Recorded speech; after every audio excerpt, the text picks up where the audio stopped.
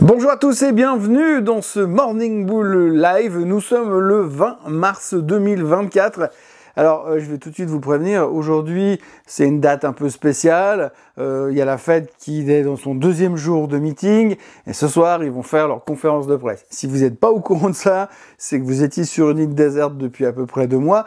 Donc ce soir, ils vont nous faire un commentaire à 19h30. À 19h, ils vont annoncer ce qui va se passer au niveau des taux. Donc, a priori, rien du tout. Et ensuite, ils vont parler. Enfin, il va parler, surtout Powell va parler à 19h30. Et donc, du coup, à partir de là, on saura ce qui va se passer et on pourra se faire une petite idée de la suite des événements. Donc, il y aura clairement jusqu'à 19h30. Et puis après, il y aura 19h31 qui va commencer. Et puis, à partir de là, tout est possible.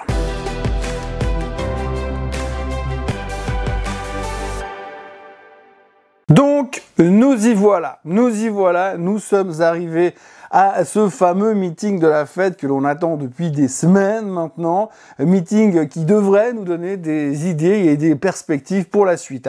Donc évidemment, on sait que les taux ne devraient pas, je dis bien on ne devrait pas parce qu'on n'est jamais à l'abri de rien, mais il est vrai que si, compte tenu des chiffres de l'inflation de la semaine dernière, si Powell baisse les taux ce soir, franchement, je ne comprends plus rien dans la finance du tout. Mais la grande question à laquelle on va devoir répondre maintenant, c'est quel est le positionnement de la Fed? Parce qu'aujourd'hui, on sait que la Fed est donc plutôt encline à baisser les taux, donc on sait qu'elle a fini son cycle de hausse des taux, et on sait qu'ils veulent baisser les taux en 2024. C'est en tout cas ce qui ressort du dernier discours de M. Powell.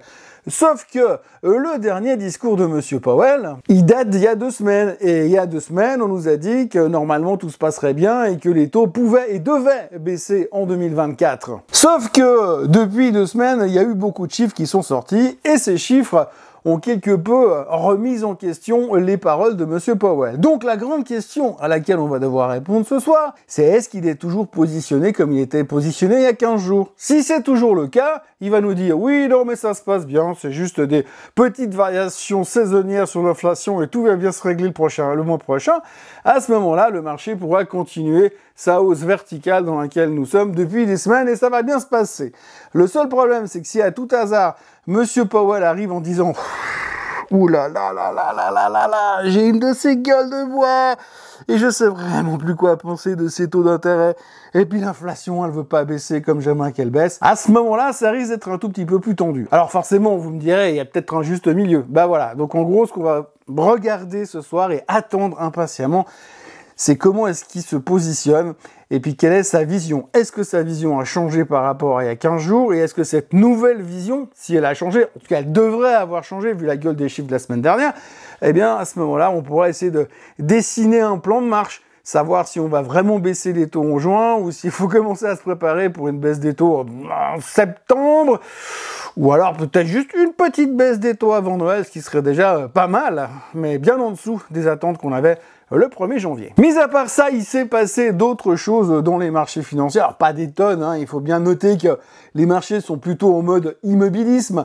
On a des variations de 0,3, 0,4% sur la journée. Ce matin, les marchés asiatiques font plus ou moins la même chose, c'est-à-dire rien du tout. Ils attendent de voir ce qui va se passer. Ils sont immobiles. On joue à 1, 2, 3 soleils pour savoir ce qui va se passer ce soir. En attendant, il y a personne qui veut vraiment faire les grandes manœuvres. D'ailleurs, hier, il y avait le meeting, la fin du meeting de Nvidia, donc ils ont fini la présentation de leur microprocesseur Blackwell 200, je crois. Bestial, mieux que tout. Il fait tout seul. Même le café. Dans le café, c'est pas sûr encore, mais en tout cas, il fait pratiquement tout seul. Il va très vite surtout, et il ne consomme rien. Donc, on a fait le show hier soir.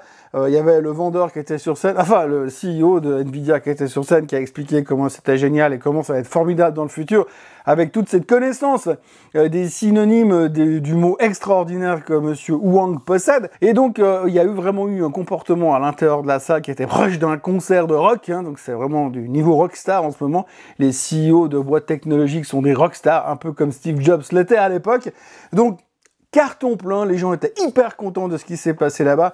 Le titre terminé en hausse de 1,07%. C'est pas ce qu'on appelle l'euphorie, hein. On a un peu l'impression quand même que l'hystérie sur Nvidia, est arrivé à son paroxysme et que maintenant on se dit est-ce que ce nouveau processeur Blackwell 200 va vraiment nous révolutionner tout ça et nous faire une performance extraordinaire, parce que là les attentes sont quand même vachement hautes et donc du coup on sentait quand même un petit peu d'hésitation hier. Toujours au sujet de l'intelligence artificielle, eh bien hier on a eu SMCI, vous savez, Super Micro Computer, la boîte qui collabore avec Nvidia de très près mais qui font des serveurs pour l'intelligence artificielle.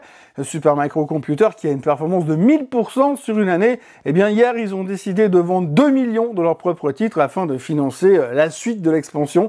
2 millions de leurs propres titres au prix du marché. Je vous laisse voir combien ça représente en termes de pognon, mais en tout cas sur l'impact de la nouvelle, le marché a bien évidemment pas trop aimé, comme chaque fois qu'il y a des placements secondaires comme ça. Résultat, le titre a perdu 9% durant la séance et encore 1% après la séance en after close, donc 10% de baisse sur SMCI qui va ouvrir fortement en baisse ce matin. Et puis, comme tout n'est que en généralement bonne nouvelle dans l'intelligence artificielle, pour compenser la baisse de SMCI, on a eu l'annonce de Spire Global. Alors évidemment, Spire Global, a priori, vous devriez pas connaître. Enfin, moi, je connaissais pas en tout cas jusqu'à 20 minutes. Spire Global, c'est une boîte qui fait du data, qui fait de la surveillance par satellite, qui donne le positionnement des bateaux, des avions, des voitures en direct, enfin bref, ce genre de choses.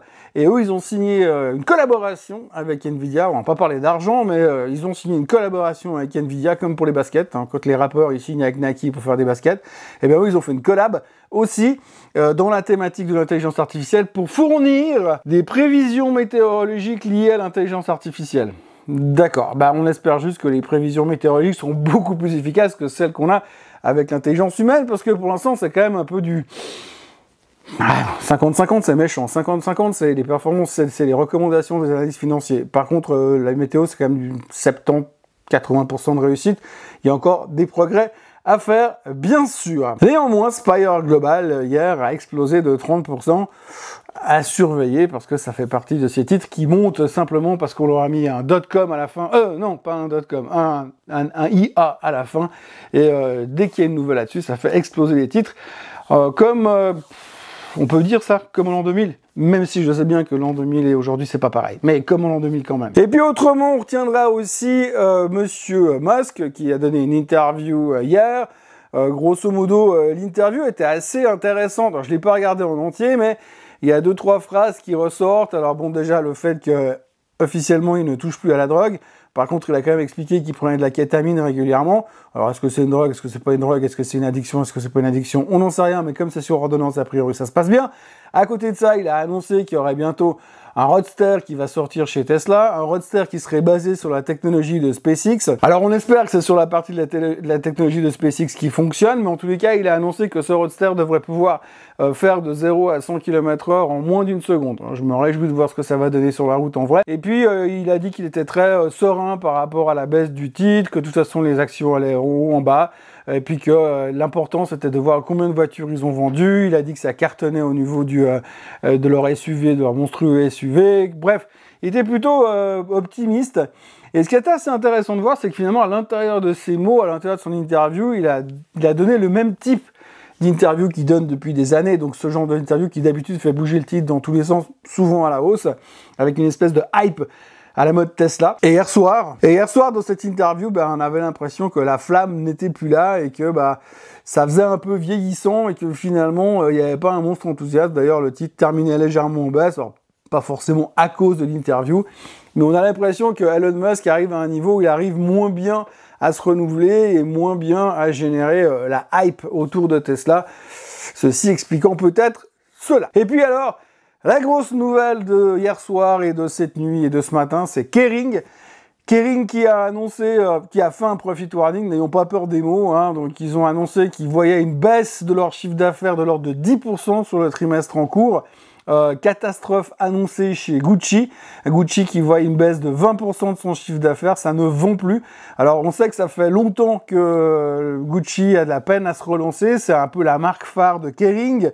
On sait aussi que Gucci représente 50% du chiffre d'affaires de Kering, et donc c'est pas une super bonne nouvelle pour Kering, bien sûr, c'est une très mauvaise nouvelle pour Gucci, bien sûr. Bon, en même temps, quand vous voyez ce qu'ils font, faut pas non plus s'étonner que les gens ont plus envie d'acheter, mais c'est une autre histoire. Ça, c'est une question de goût. beaucoup. Néanmoins, Gucci, grosse pression sur les ventes de Gucci, donc grosse pression sur Kering. On estime l'ouverture en baisse d'en tout cas 10% sur Kering ce matin.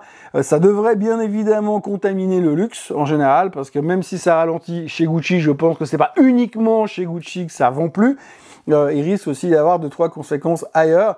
Alors l'avantage, c'est que dans les autres grandes marques du luxe, ils sont un peu moins dépendants d'un seul brand, ils sont un peu plus diversifiés, mais néanmoins aujourd'hui, on peut s'attendre à une petite pression sur le luxe. Et puis deux petites choses encore dont on doit aborder un peu le sujet, c'est tout d'abord le pétrole qui continue de monter gentiment. Ce matin, il traite à 82,5, mais il a payé 83 $ hier soir. Attention, parce que je trouve qu'il y a un peu trop de silence autour du baril. Je vous l'ai déjà dit et répété. Donc je vais continuer mon leitmotiv. Parce que quand on sera à 90 $ et que tout le monde viendra dire oui, mais le pétrole il va à 200, ben je vous aurais prévenu que ça va s'exciter à un moment donné ou un autre. Donc je le répète, attention au pétrole. Et deuxième chose, le Bitcoin se fait donc défoncer. Alors ce qui est assez phénoménal, c'est que le Bitcoin est revenu pas loin des 60 000 $, en baisse de 17% depuis les tops de l'autre jour. Mais il y a une espèce de confiance et de tranquillité dans de ce qu'on peut lire au niveau du Bitcoin. Tout le monde sait que s'il casse ses 65 à la baisse, il va chercher les retracements Fibonacci à 60 000, ensuite il va rebondir, puis il va monter là-bas.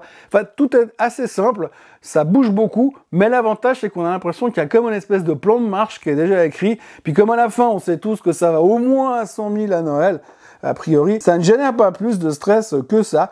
Et quand on voit le comportement du Bitcoin, on pourrait pourtant se poser quelques questions. Et puis, petite ligne au passage, on notera aussi que la SEC a décidé de repousser sa décision pour l'ETF sur l'Ethereum aussi. Ça ne va pas non plus motiver les gens dans l'immédiat, mais même si cette décision finale ne semble pas remise en question, elle risque d'être repoussée plutôt d'ici le début de l'été, un peu comme les taux d'intérêt. Donc voilà ce qu'il faut retenir aujourd'hui. L'intelligence artificielle, toujours au premier plan, les marchés qui montent mais qui attendent la décision de Monsieur Powell, qui sortira à 19h30 ce soir. Dans la journée, on aura Madame Lagarde qui parlera, on aura Monsieur Nagel, le patron de la Bundesbank, qui parlera également, et puis on aura le PPI en Allemagne. Mais grosso modo, bien évidemment, on en saura plus et on y verra un peu plus clair. Ce qui me permettra, moi, demain, de vous faire des théories un peu plus constructives que de brasser simplement l'air sur des « il se pourrait » et on s'autorise à penser qu'éventuellement peut-être. Voilà, donc aujourd'hui, on va attendre ce soir. Comme je vous le disais, maintenant, nous sommes avant. Et puis demain matin, on sera après la Fed. Et on espère que M. Powell saura nous guider sur la suite de cette année 2024. D'ici là, n'oubliez pas de vous abonner à la chaîne Swissquote en français, de liker cette vidéo, de la partager et, bien sûr, de revenir demain matin parce qu'il va falloir parler de la Fed. Passez une très bonne journée, à demain. Bye bye.